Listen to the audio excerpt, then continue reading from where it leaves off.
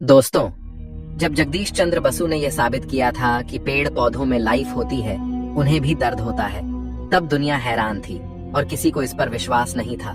लेकिन आज यह एक वैज्ञानिक तथ्य है कि पेड़ पौधों में भी लाइफ होती है।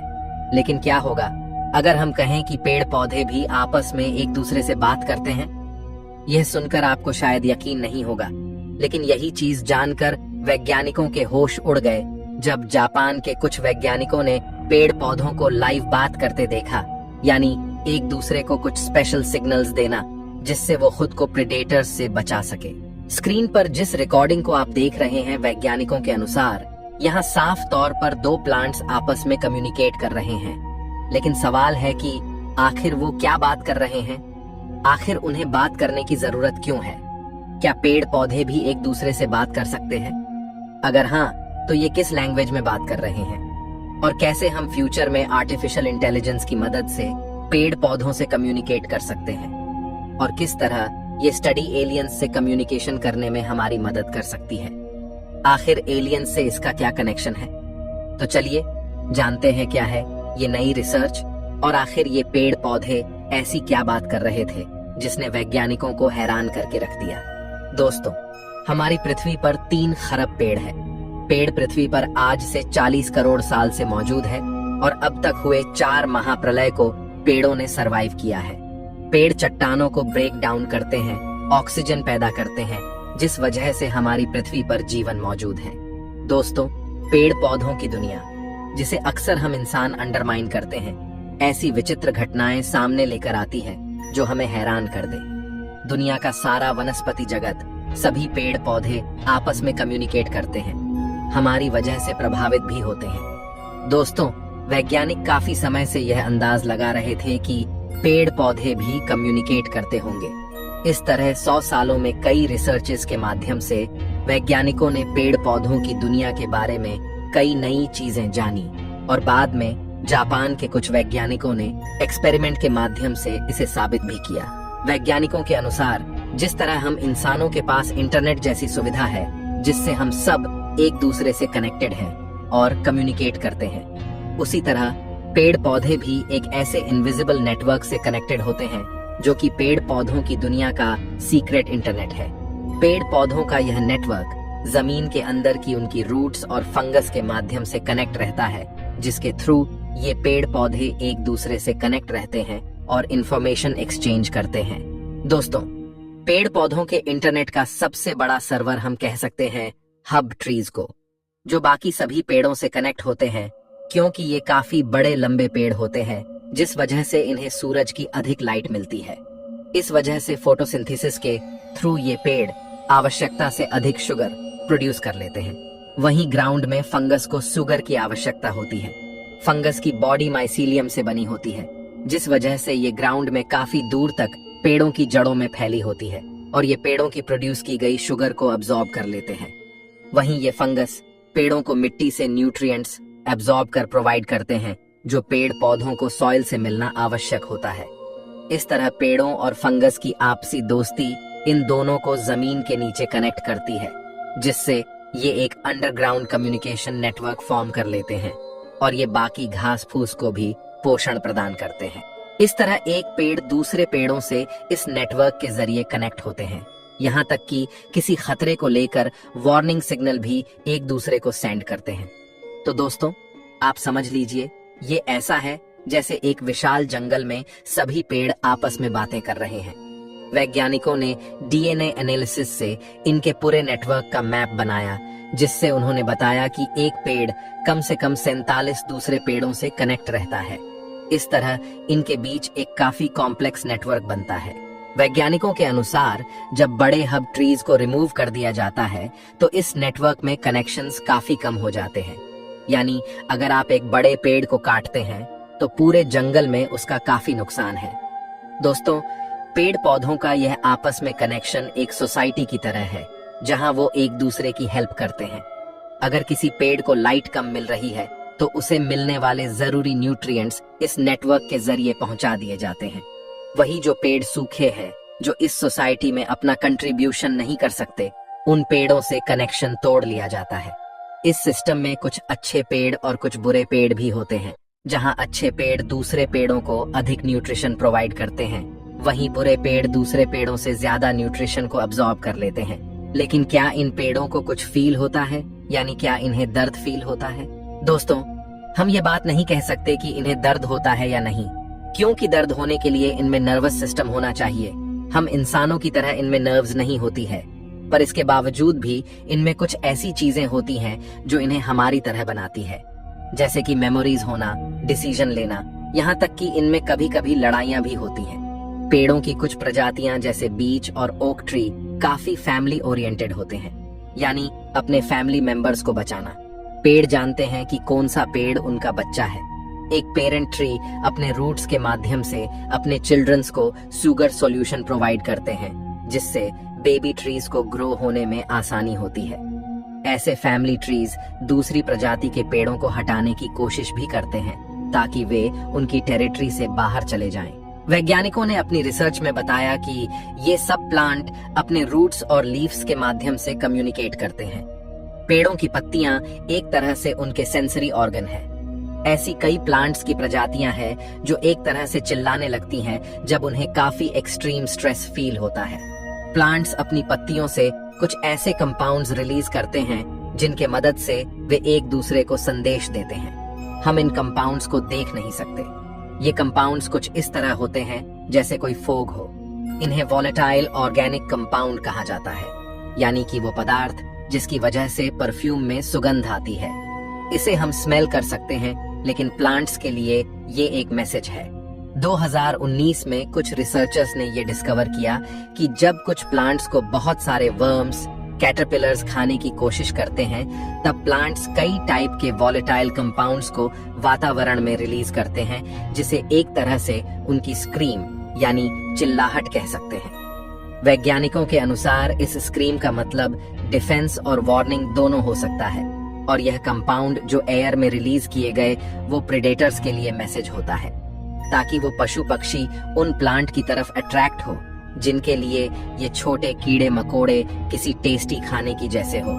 एक तरह से यह वैसा ही है जैसे आप किसी दुकान के आगे से गुजरे और हलवे की सुगंध से उसकी तरफ खाने दौड़ पड़े। अब इसी चीज को वैज्ञानिकों ने लाइव रिकॉर्ड कर लिया, जिसे आप वीडियो में देख सकते हैं। जैसे ही कीड़े मकोड़े पत्तियों को खाने लगते हैं, तुरंत एक प्लांट कुछ केमिकल रिलीज करते हुए दूसरे प्लांट तक मैसेज पहुंचाता है, मानो कोई खतरा हो। इस वीडियो में एक प्लांट दूसरे प्लांट को किसी खतरे की सूचना दे रहा है, जहां दूसरा प्लांट भी उस मैसेज को रिसीव करते हुए ऐसे ही और सिग्नल्स को प्रोड्यूस कर रहा है। लेकिन वैज्ञानिक इस बात को अभी तक नहीं समझ पाए कि आखिर इसके पीछे असली रहस्य क्या है। दोस्तों, वैज्ञानिकों ने अपनी रिसर्च एक दूसरे प्लांट मिमोसा पिका के आधार पर करी। यह प्लांट मिमोसा पिका यानी टच मी नोट एक ऐसा प्लांट है जिसको टच करते ही यह तुरंत बंद हो जाता है, जैसे कि ये कह रहा हो, मुझे मत छुओ। दोस्तों, वैज्ञानिकों ने इस प्लांट के अंदर कुछ कैल्शियम रिसेप्टर्स को मॉडिफाई करते हुए कैल्शियम सिग्नलिंग प्रोसेस की मदद से यह फिजिकली विजुअलाइज किया कि ये प्लांट कैसे बिहेव करता है। हमारे शरीर में भी मसल्स और न्यूरॉन्स इस तरह कैल्शियम सिग्नलिंग के माध्यम से कम्युनिकेट करते हैं। दोस्तों, रिसर्चर्स ने उन प्लांट्स को एक अलग जगह रखा जिन्हें बीटल्स खा रहे थे, और दूसरी तरफ टच मी नॉट प्लांट को रखा। जब बीटल्स के खाने पर एक प्लांट ने कुछ सिग्नल रिलीज किया, तो इस मिमोसा पिका प्लांट में भी वही सिग्नल्स दिखाई दिए। वैज्ञानिकों के अनुसार इस रिसर्च पे यह बात निकल के आई कि ये प्लांट किसी तरह की वार्निंग दे रहे हैं, लेकिन वैज्ञानिक यह नहीं जान पाए कि आखिर वास्तव में यह प्लांट्स क्या कहना चाहते हैं, क्योंकि प्लांट्स के वार्निंग देने से उनका बचना तो संभव नहीं है। फिर यह सिग्नलिंग किस वजह से है और यह सब क्यों है? आखिर एक प्लांट दूसरे प्लांट को मैसेज भेज भी देगा तो क्या होगा? एक तरह से ये वही बात हुई कि मैं मर रहा हूँ, तुम भी मरने की तैयारी कर लो। लेकिन दोस्तों, इस स्टडी से एक बात साफ है कि हरे भरे मीलों दूर फैले जंगल में हर जगह प्लांट्स की चटर पटर चल रही है। एटमॉस्फेयर में उनकी आवाजें गूंज रही हैं, जिन्हें हमारे कान नहीं सुन सकते, बल्कि हमारी नाक सूंघ सकती है। दोस्तों, पेड़ पौधों के इस तरह इंटरकनेक्शन की वजह से हम कह सकते हैं कि एक बड़े लेवल पर एक पूरा जंगल ही अपने आप में एक जीव हो, यानी ये इंडिविजुअल ऑर्गेनिज्म न होकर एक सिंगल ऑर्गेनिज्म हो। दोस्तों, अभी तक हम जिस चीज की बात कर रहे थे उसके भी दिखाया, जहां एक प्लांट की रिएक्शन से तुरंत दूसरे प्लांट ने रिएक्ट किया। यानी अब तक जिस बात को हम देख रहे थे, आप उसका लाइव एक्सपेरिमेंटल प्रूफ भी देख पाओगे। दोस्तों, कुछ प्लांट ऐसे भी होते हैं जो हमारी तरह गिनती कर सकते हैं, जैसे कि फ्लाई ट्रैप प्लांट। वैसे ही एक और प्लांट है मिमोसा, जिसे टच करते ही वह सिकुड़ जाता है और अगर इसकी डंडी पर मारा जाए तो ये झुक जाता है। वहीं पर अगर फ्लाई ट्रैप पौधे के अंदर कोई जीव फंस जाता है तो वह उसे दबोच कर खा जाता है, लेकिन इसके लिए यह पौधा कुछ टाइम तक गिनती करके इस एक्ट को अंजाम देता है। जैसे कि अगर इसे टच किया जाए तो ये कुछ भी नहीं कर रहा है, क्योंकि यह पौधा ये इंश्योर करना चाह रहा है कि इसके अंदर कोई जीव हो, इसलिए ये उसे काउंट करता है। फॉर एग्जाम्पल, अगर 1 से 20 तक काउंट करने तक अंदर से कोई इसे टच करता रहे तो ये बंद हो जाएगा। लेकिन दोस्तों, अब इस साइंटिस्ट ने इन सब प्लांट को एक दूसरे से कनेक्ट कर दिया और जब किसी एक प्लांट को टच किया गया तो उसने दूसरे प्लांट को इंफॉर्मेशन सेंड की, जिससे वह उस इंफॉर्मेशन पर रिएक्ट करता है। अब जैसे ही इस फ्लाई ट्रैप को टच किया गया तो उसके रिएक्शन ने तुरंत मिमोसा प्लांट को इंफॉर्मेशन सेंड की, जिससे यह मिमोसा प्लांट भी तुरंत झुक गया। यानी इससे एक्सपेरिमेंटली यह साबित हो गया कि प्लांट्स कम्युनिकेट करते हैं। दोस्तों, इस स्टडी से हम फ्यूचर में प्लांट से खुद कम्युनिकेट भी कर पाएंगे, जब हम इनके मैसेज को डिकोड कर लेंगे, वैसे ही जैसे कुछ समय पहले वैज्ञानिकों ने व्हेल मछली से कम्युनिकेट किया था। दोस्तों, सेटी यानी search for extra terrestrial intelligence यानी एलियंस की खोज में लगे वैज्ञानिकों ने व्हेल मछली पर एक्सपेरिमेंट किया, ताकि एलियंस अगर है तो वे एलियंस से कम्युनिकेट कर पाए। इसे जानने के लिए आपको 1960 में हुए लिली एक्सपेरिमेंट के बारे में भी जानना जरूरी है, जहां रिसर्चर्स ने 6 मंथ की डॉल्फिन के साथ खुद को करीब 2 महीने तक एक पार्शली सबमर्ज्ड हाउस में लॉक कर दिया था और वहां पर रिसर्चर्स ने कई डॉल्फिन्स को आपस में डिफरेंट साउंड्स के माध्यम से कम्युनिकेट करवाने की कोशिश की। लेकिन हैरानी की बात ये थी कि कुछ समय बाद ये बेबी डॉल्फिन बेसिक इंग्लिश को मिमिक करने लगी थी। हम जानते हैं कि डॉल्फिन इंसानों के बाद सबसे इंटेलिजेंट क्रीचर्स में से एक है। दोस्तों, यहाँ पे ये पता चलता है कि लैंग्वेज एक ऐसी चीज है जिसे जानवर समझ सकते हैं, लेकिन उनकी लैंग्वेज किसी डिफरेंट फॉर्म में हो सकती है। यानी जैसे पेड़ पौधों के केस में स्मेल और इलेक्ट्रिकल सिग्नल की फॉर्म में, इसी तरह अगर हम किसी दिन एलियंस से कांटेक्ट कर पाए, उनसे कम्युनिकेशन कैसे करेंगे, इसे समझने के लिए सेटी और अलास्का व्हेल कम्युनिकेशन ने दिसंबर 2023 में एक एक्सपेरिमेंट कंडक्ट किया, जहां हम्बैक व्हेल से कम्युनिकेट करने की कोशिश की गई। दोस्तों, ये हम्बैक व्हेल्स काफी तेज साउंड में कुछ ऐसे सॉन्ग्स प्रोड्यूस करती है जो 1000 किलोमीटर दूर तक काफी देर तक आधे घंटे तक सुनाई दे। ये साउंड कुछ ऐसा सुनाई देता है।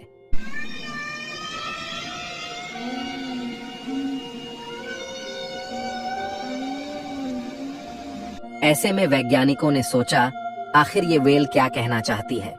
वैज्ञानिकों ने इस साउंड को रिकॉर्ड किया और इस सेम साउंड को समुद्र में काफी दूर तक चलाया और ये देखना चाहा कि आखिर ये व्हेल्स क्या रेस्पॉन्ड करती है।